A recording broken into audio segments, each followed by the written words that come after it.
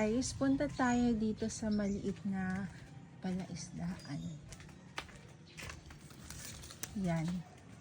Tingnan natin. Low tide na naman ngayon. So, let's see kung maraming mga isda. Oh. Well. Oh gosh. So, ayan. Maraming mga isda. Kita ba? Ayan. Actually, yung isda tilapia. Ayan. So, low tide ngayon. Kaya ganyan kababaw ang ating water. Kawawa sila. Wait. Pero kapag high tide, ayan, mataas naman yan.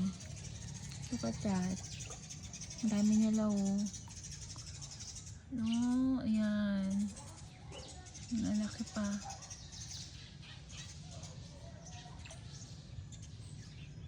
So, tayo dito. Yan lang.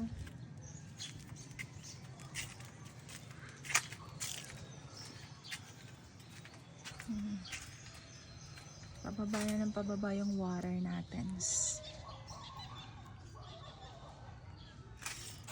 Guys, bye-bye! Yan.